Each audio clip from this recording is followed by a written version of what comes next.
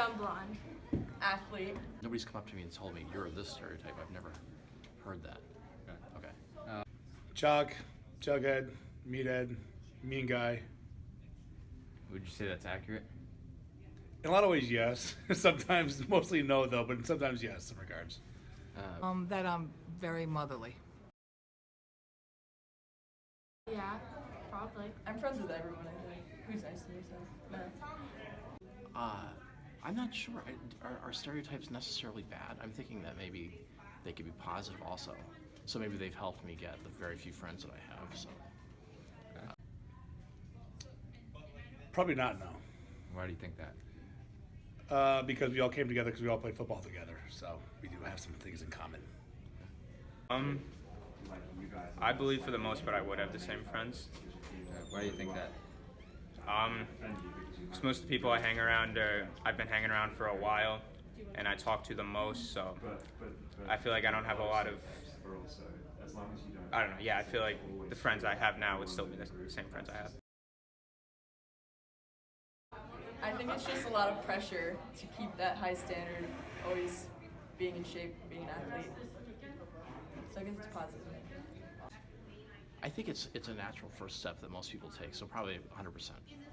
And then I don't stay in the stereotypes because everybody's an individual. So I begin with that. If I see somebody and they look like they're like in high school here, if they're like a theater person or a football person or an academic person, I kind of start with that. But then I get to know them as a person.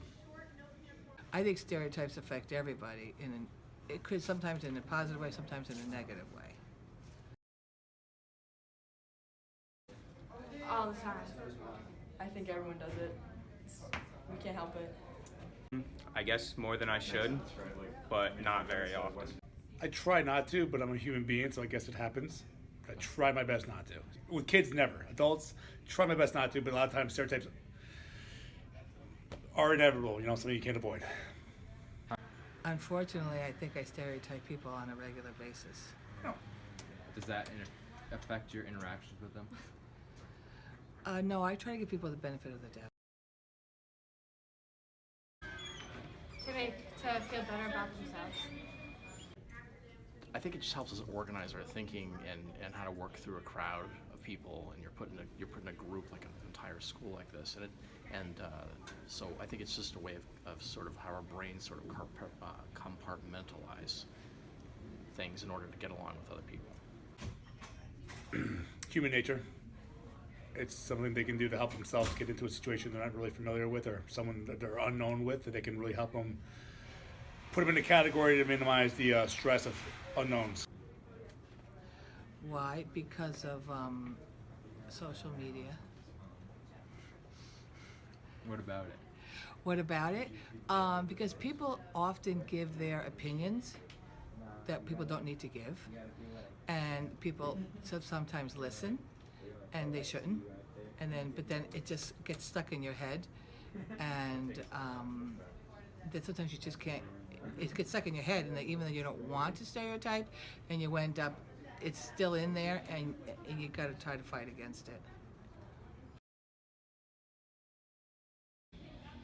They divide everyone. Yeah, so there are more clicks. How do they affect the school? I think, like I said, some of them are positive, so there's some positive stereotypes that you could begin to associate with, like if you're into theater or you're into the arts or something like that. It kind of helps you fit in and find other people with kind of common interests.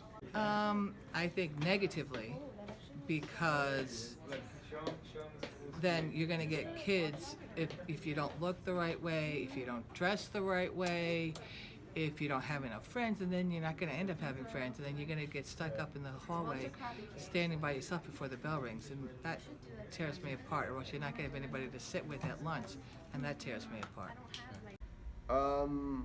I'd say it just comes from a need to be liked. Something in the back of your head that makes you feel the need to be accepted by a certain group. I think peer pressure plays into it. I think that because everyone sees something in a different light based on their environment and where they come from.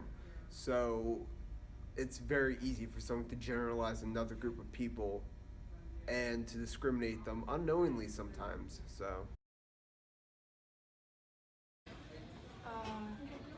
Jocks. Sluts, druggies. Yeah.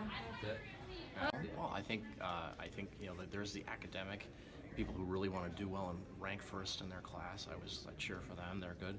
The theater ones, the sports ones, of all the different various sports: field hockey, football, soccer, and people that are into. There's a few people into woodshop. There's a very few people into guitar club and the various clubs and things like that. So those are the ones that come to mind.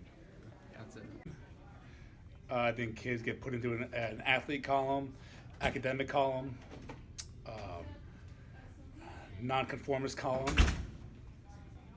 skateboarder column sometimes. You know, but see now when I was growing up, the jocks, the freaks, the nerds, the vapors, like that.